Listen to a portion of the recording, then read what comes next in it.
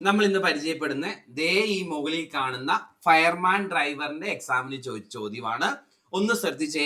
1/1 × 2 plus 1/2 × 3 plus 1/3 × 4 plus 1/4 × 5 എന്നതിന്റെ ഉത്തരമാണ് ചോദിച്ചിരിക്കുന്നത്. മക്കളെ, ഇത്തരം ചോദ്യങ്ങളിൽ എപ്പോഴും ഓർക്കുക, ഉത്തരം ആദ്യം കിടക്കുന്ന ഇവന്മാരെ രണ്ടും ഇങ്ങൊരു ഭിന്നസംഖ്യയായിട്ട് പുറത്തെടുക്കുക.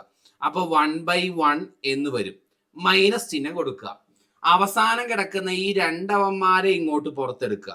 അപ്പൊ അത് 1/5 എന്ന് വരും. ഇത് സോൾവ് ചെയ്യുന്നതായിരിക്കും ഇത്തരം ശ്രേണികളുടെ ഉത്തരം.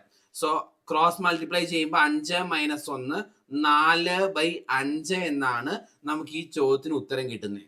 ഇത്തരം ശ്രേണികൾ ഓർത്ത് വെക്കുക. 1/1 × 2 ഇവിടെയാണ് സ്റ്റാർട്ട് ചെയ്തേക്കുന്നത്. എവിടുന്ന് വേണമെങ്കിലും തുടങ്ങാം. ഇത് 1 × 2 തുടങ്ങിയെന്നേ ഉള്ളൂ. എവിടെ തുടങ്ങിയാലും പിന്നെ ഇങ്ങനെ കണ്ടിന്യൂസ് ആയിട്ട് പോകും.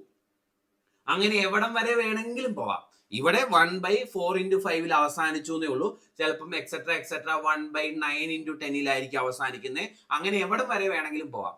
ഇത്തരം ശ്രേണികൾ ഓർത്ത് വെക്കുക. എന്താ ഇതിന്റെ പ്രത്യേകത? ഇടയ്ക്കെല്ലാം പ്ലസ്, മുകളിലെല്ലാം 1, താഴെ ഏതെങ്കിലും ഒരെണ്ണത്തെ തുടങ്ങും. ഇവിടെ 1 × 2 തുടങ്ങി, ചിലപ്പോൾ 5 × 6 തുടങ്ങും, ചിലപ്പോൾ 10 × 11 തുടങ്ങും. എവിടെ തുടങ്ങിയാലും കുഴപ്പമില്ല. തുടങ്ങിക്കഴിഞ്ഞ് പിന്നെ കണ്ടിന്യൂസ് ആയിട്ട് പോകും. എന്നിട്ട് ഏതെങ്കിലും ഒരിടത്ത് കൊണ്ടേ അവസാനിക്കും. ഇങ്ങനെ വരുമ്പം നിങ്ങൾ ചെയ്യേണ്ടത് വേറൊന്നുമില്ല, ആദ്യം കിടക്കുന്ന രണ്ടെണ്ണം ചേർത്ത് ഒരു ഭിന്നസംഖ്യ പോലെ പുറത്തെടുക്കണം. എന്ന് പറഞ്ഞാൽ എങ്ങനെയാ? അതുകൊണ്ടോ ഇവിടെ ഈ രണ്ടെണ്ണം ചേർത്ത് 1/1 ഒരു ഭിന്നസംഖ്യയായിട്ട് പുറത്തെടുത്തു.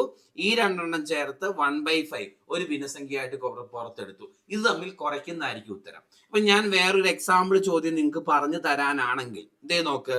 1/5 × 6 കണ്ടോ, പ്ലസ് 1/6 × 7 പ്ലസ് 1/7 × 8 എക്സെട്ര 1/14 × 15. ഇതാണ് ചോദ്യം എന്ന് വിചാരിക്കുക.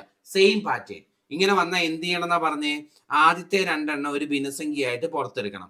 അത് 1/5 മൈനസ് അവസാനത്തെ രണ്ടെണ്ണം ഒരു ഭിന്നസംഖ്യയായിട്ട് പുറത്തെടുക്കണം. അത് 1/15. മക്കളെ, ഇത് കുറയ്ക്കുന്നതായിരിക്കും ഉത്തരം. 15 ന്ന് 5 കുറച്ച് ക്രോസ് മൾട്ടിപ്ലിക്കേഷൻ. 15 ന്ന് 5 കുറച്ചാൽ 10 കിട്ടും.